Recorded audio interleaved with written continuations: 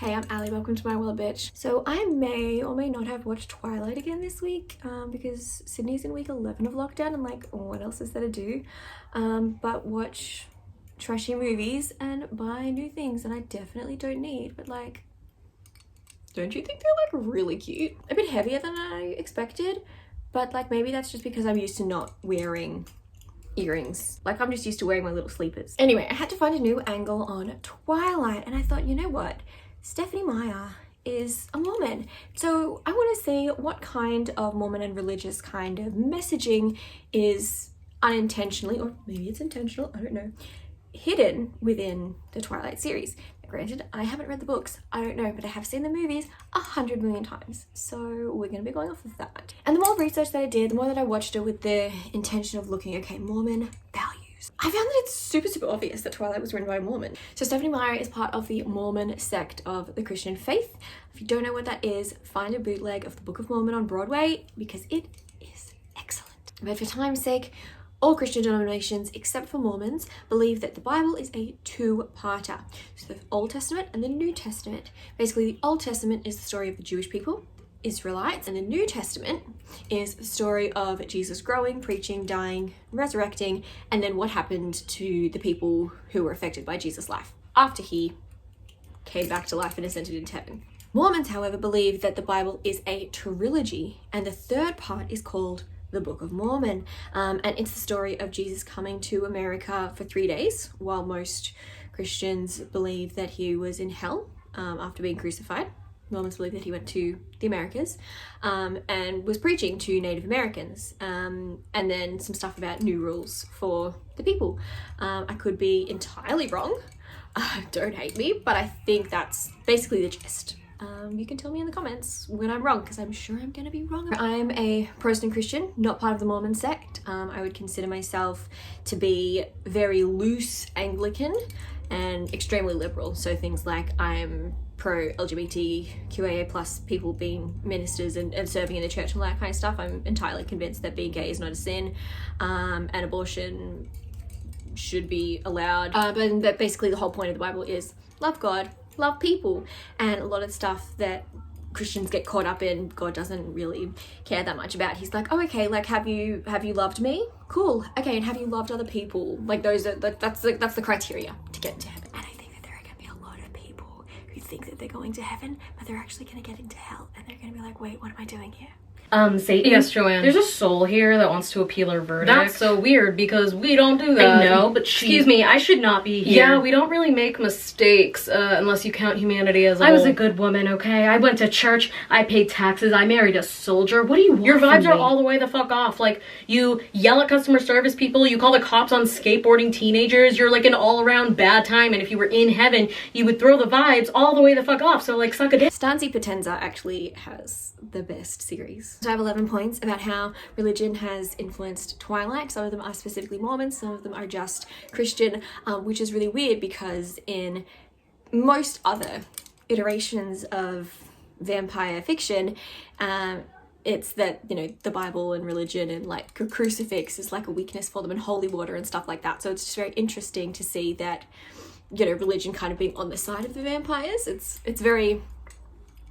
I don't think that made any sense, but hey, my earrings are so loud. The first one is gender roles. Super fun. Love it. But a lot of these very stereotypical roles for men and women. The women are in the kitchen, the men are out hunting. The women are cleaning, the men are really tough and fighting and they're aggressive, and the women are very protective in a motherly kind of family way, which again really enforces these kind of very stereotypical gendered family values and gender roles. I want to make bread rolls, but dress one up as a boy and one up as a girl, because then they're gendered roles. They're gender roles. I'm gonna have to do that. That's funny. I'm funny. Number 2, Bella gets pregnant super soon. Often in religious circles, it's referred to as a honeymoon baby because the baby was conceived on the honeymoon. And it's actually something that is really encouraged in the Mormon faith. So I guess it kind of makes sense that Stephenie Meyer put that in there, whether it was spiritually influenced or not. It makes sense because as soon as they get home from the honeymoon, Bella's going to be turned into a vampire. So if they're going to have a baby, it's got to be a honeymoon baby. When Edward suggests aborting their demon baby, Bella refuses, just straight up refuses, which again supports the Mormon belief and often many other Christian beliefs against abortion, which is fine. And Stephanie Meyer is allowed to put that in there, and it's totally fine. And it makes sense that she would put that in there because it feeds the story and all that kind of stuff. But I'm like, I don't think so. Number 4, Edward has to try super, super hard every single day to be good and to not give in to his temptation to eat Bella. Not only eat her, but eat everyone else.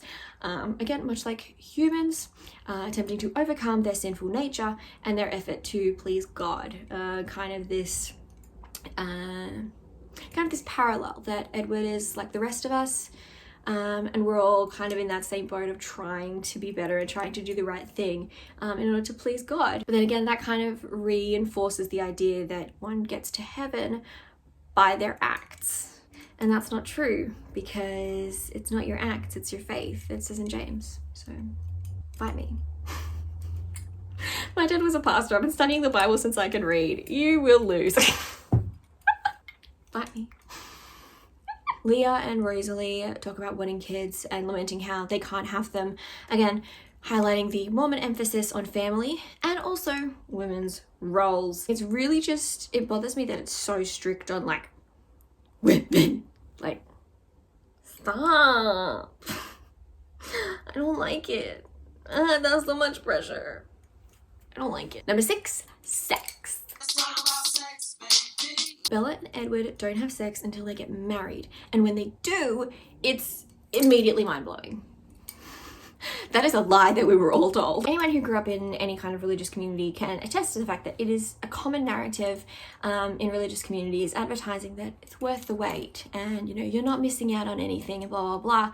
And, you know, these ideas that people have in their head that once they do have sex in their honeymoon, it's going to be immediately incredible. And based on all the people that I've talked to about it, that was not their experience.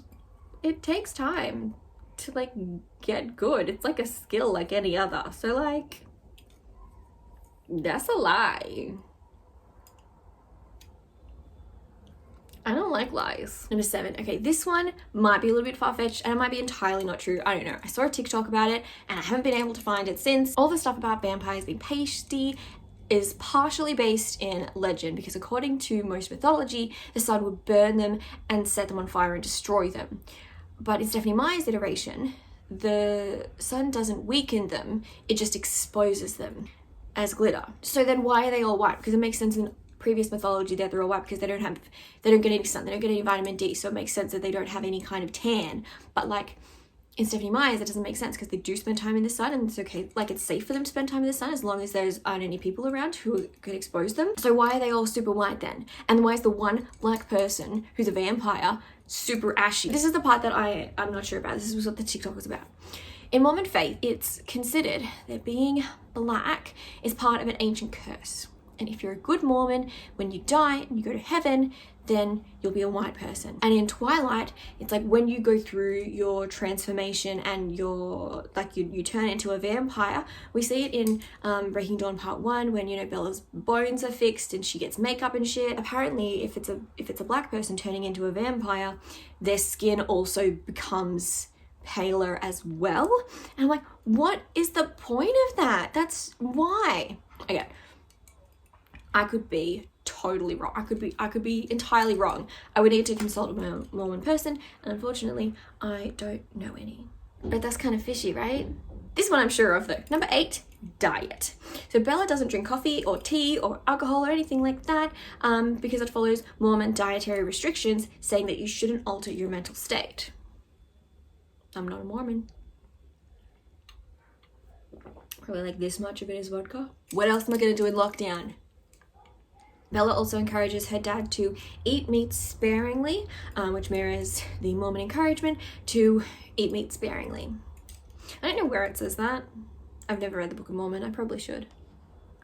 Just for interesting. Jacob being Native American. Okay, this one's weird. Apparently, Mormons believe that they are descended from Native Americans, and that link comes from when they believe that, I said before, that they believe that Jesus preached to the Native Americans way back when, so they believe that they are descended from Native Americans a little bit. Edward is described... How much have I had to drink? Edward is described similarly to the way that angels are described in the Mormon faith. Words like glorious and perfect, and he's even depicted as having wings in the first movie.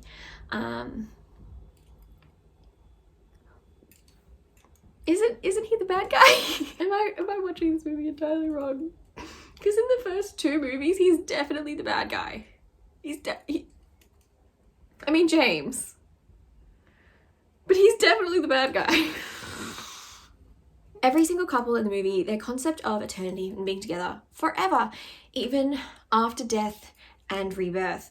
So, also the concept of imprinting. Mormons believe that they exist, again, I could be entirely wrong, but Mormons believe that they exist on an alternate plane before their time on Earth, and that they'll re-meet their partner from that plane when it's their time on Earth, and so that when they get together, it's literally forever, because your pairing can't be wrong, because you're pairing from like way back when, and it ends also now. So kind of like soulmates, but like a little bit different. Also, in the Mormon faith, you can't get divorced.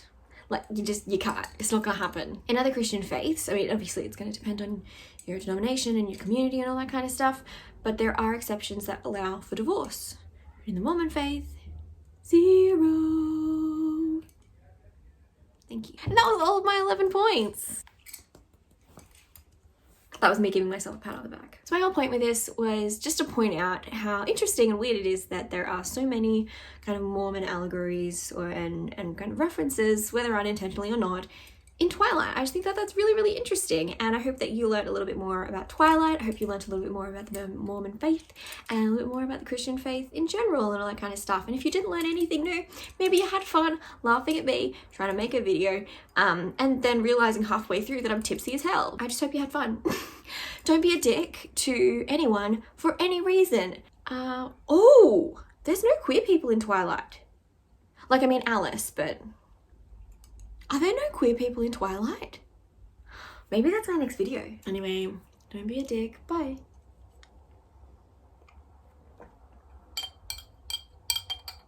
I said bye.